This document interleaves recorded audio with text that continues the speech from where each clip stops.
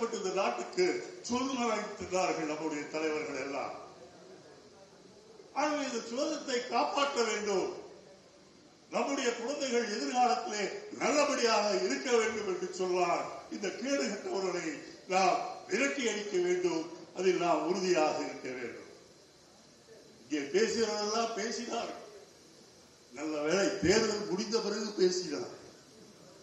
காமராஜர் ஆட்சி காமராஜர் ஆட்சி, தேர்தலுக்கு முன்பு பேசி இருக்க முடியாது, பேசவும் கூடாது. ஆகவே என்னை பொறுத்தவரையில் யார் நல்லாட்சி தந்தாலும் அது காமராஜர் ஆட்சி தான். இன்றைக்கு ஸ்டாலினை பொறுத்தவரையில் அவர் நல்லாட்சி தந்து கொண்டிருக்கின்றார், அவரை முழுமனதோடு நான் பாராட்டுகின்றேன். ஆட்சிக்கு எப்படி வேண்டுமானாலும் பெயர் வைக்கலாம், காமராஜர் ஆட்சி என்று பெயர் வைக்கலாம், அல்லது திராவிட ஆட்சி மாடல் ஆட்சி என்று பெயர் வைக்கலாம், அல்லது கக்கலை போன்றவர்கள் எல்லாம் சொல்லலாம். எல்லோற்றையும் விட நல்ல அரசாங்கத்தை நடத்துகின்றவர்களுக்கு நாம் துணை நின்றாக வேண்டும். என்னை பொறுத்தவரையில் உங்களுக்கு கொஞ்சம் மனது வருத்தம் இருந்தாலும் கூட நான் ஸ்டாலினுடைய ஆட்சியை காமராஜர் ஆட்சி என்று சொல்வதிலே எனக்கு சிறிது தயக்கமும் கிடையாது. சில தவறுகள் இருக்கலாம், அதை திருத்திக் கொள்வோம்.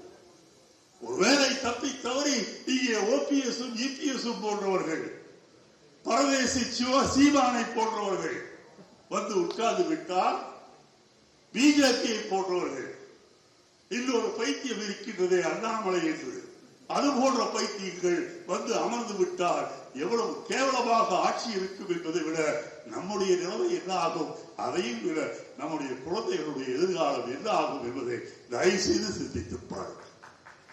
பெயர் முக்கியம் கிடையாது, செய்கின்ற காரியம் தான் முக்கியம். இன்றைக்கு பெண்களுக்கு எவ்வளவு வசதிகளை நாம் செய்திருக்கின்றோம். நாம் என்றால் முதலமைச்சர் ஸ்டாலின் அவர்கள் எவ்வளவு செய்திருக்கின்றார். பேருந்துகளிலே இலவசம், மாதத்திற்கு 1000, கல்லூரியிலே படிக்கின்ற பெண்களுக்கு 1000, 6000 என்று வரிசையாக நல்ல பல காரியங்களை செய்து கொண்டிருக்கின்றார்.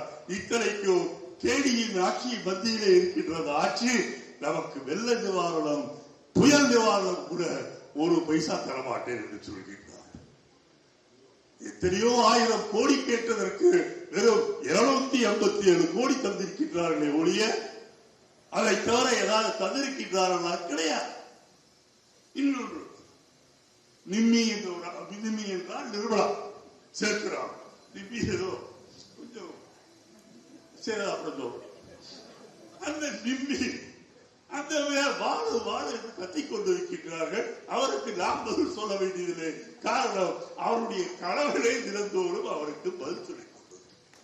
எனக்கு அந்த கனவுளையும் புரியவில்லை, அந்த மனைவியையும் புரியவில்லை. 2 பேரும் நாய்களை போல் சண்டை போட்டுக் கொண்டிருக்கின்றீர்களே, எப்படி ஒரே இடத்தில் இருக்கின்றீர்கள்? 2 பேருக்கும் கணிப்பதிலே இன்ட்ரெஸ்ட் இருக்கின்றதா என்று எனக்கு புரியவில்லை. எவ்வளவு கேவலமாக பேசிக் கொண்டிருக்கின்றார். பொய் பேசுவதற்கு என்ன சொன்னார் ஆரம்பத்தில்? 400 இடங்களில் நாங்கள் வெற்றி பெறுவோம் என்று. இப்போது இடத்தில் எண்ணிக்கையை சொல்ல மாட்டேங்கிறார். நான் கூட கேட்டார்கள், 400 வெல்வேன் என்று சொல்கிறார்களே, நீங்கள் என்ன? 400 3 நம்பர்கள் இருக்கின்றன. அதிலே 2 நம்பர் கண்டிப்பாக இருக்கும், 1 நம்பர் இருக்காது. என்ன நம்பர் என்றார்? 400 4 இருக்காது, மற்ற 2 நம்பர்கள் இருக்க வேண்டும். கற்பனையிலே குதிரையை ஓட்டுகின்ற வல்லவர்கள் யார் என்று சொன்னார்? இந்த மோடியும் இந்த அமித்ஷாவும், அந்த தலைவர் பேர் எனக்கு தெரியவில்லை, லேட்டாவும் லோட்டாவும். ஆங்கிலத்திலே சொல்வார்கள் 3 ஸ்டூடெண்ட்ஸ் என்று. பெரிய பெரிய கதையெல்லாம் அதிலே உண்டு. அதாவது 3 முட்டாள்களுடைய பற்றி கதைகள் நிறைய ஆங்கிலத்திலே வரும். அது போன்ற 3 முட்டாள்கள் தான் இந்த 3 பேரும். அந்த 3 பேரையும் ஒன்றாக நடந்து போகும்போது நீங்கள் பார்த்திருக்கின்றீர்களா? அது ஒரு மாதிரி இருக்கும். இது மிருகக்காட்சி சாதிக்குள்ளே கொரிலா குரங்குகளை பார்ப்பது போன்றுதான் இவர்களுடைய நடையும் இருக்கும், அவர்களுடைய உருவமும் இருக்கும். எனக்கு சொல்கின்றேன் என்றால் அவருடைய மனதும் குரங்கு மனதுதான். நாட்டுக்கு நல்லவைகளை செய்ய வேண்டும் என்பதற்காக அவர்கள் வரவில்லை. இந்து மதத்தை நாம் நிலைநிறுத்த வேண்டும் என்று இந்து வெறிபிடித்து அவர்கள் இங்கே வந்திருக்கின்றார். முடிவிலே என்ன ஆகும் என்று யோசித்து பாருங்கள். இந்துக்களை தவிர மற்றவர்களெல்லாம் இந்த நாட்டை விட்டு வெளியேற வேண்டும் என்று சொன்னால் எல்லா மதத்தை சார்ந்தவரும் கையிலே கத்தி எடுத்தார் என்று ஆகும். கைக்கால தோட்டத்தில் இருக்கின்றவர்களுடைய உயிருக்கு பாதுகாப்பு இருக்காது. அக்ரஹாரத்தில் இருக்கின்ற உயிர்களுக்கு பாதுகாப்பு இருக்காது.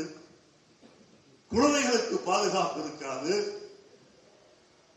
வேலைக்கு செல்கின்ற உரிமை நம்முடைய கணவன்மார்களுக்கும் தம்பிமார்களுக்கும் புருஷர்களுக்கும் மறுக்கப்படும். மாதத்திற்கு 10 லட்சம் ரூபாய் கிடைத்தாலும் கூட நீ வெளியே போய்விட்டு வீட்டுக்கு வருவது உத்தரவாதம் இல்லை, உன் உயிர் உன் கையில் இல்லை என்ற நிலை ஏற்பட்டால் 10 லட்சம் இல்லை, மாதத்திற்கு 1 கோடி சம்பாதித்தாலும் அது தேவையா? அது ஒரு அமைதியான நாடு வேண்டும். நம்முடைய குழந்தைகளுடைய எதிர்காலம் வேண்டும். அமைதி திரும்ப வேண்டும். மக்கள் அமைதியாக இருக்க வேண்டும் என்பதற்காகத்தானே காந்தி சுதந்திர போராட்டத்தில் கூட வன்முறையை நுழைக்கவில்லை. தன்னைத்தானே வருத்திக் கொண்டார் உண்ணாவிரதம் இருந்து. அத்தகைய தலைமையில் நம்முடைய மற்ற தலைவர்கள் போராடி வாங்கி தந்த இந்த சுதந்திர நாட்டிற்கு இந்த மோடியை போன்ற பைத்தியக்காரர்களால் ஆபத்து என்றால் அந்த மோடியையும் கூட்டத்தையும் துரத்த வேண்டியது நம்முடைய கடமையா இல்லையா? ஆகவே இது ஏதோ விளையாட்டாக நாம் பார்க்கக்கூடாது. இன்றைக்கு வரலாற்றில் எப்படி இருக்கின்றது?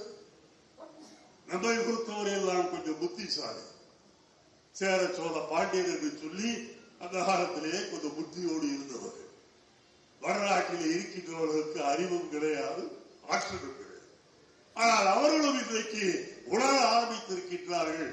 நம்முடைய வாழ்க்கை, நம்முடைய குழந்தைகளுடைய வாழ்க்கை சுபிட்சமாக இருக்க வேண்டும் என்று சொன்னார் இளம் தலைவர் ராகுல் காந்தி பிரதமராக வர வேண்டும்.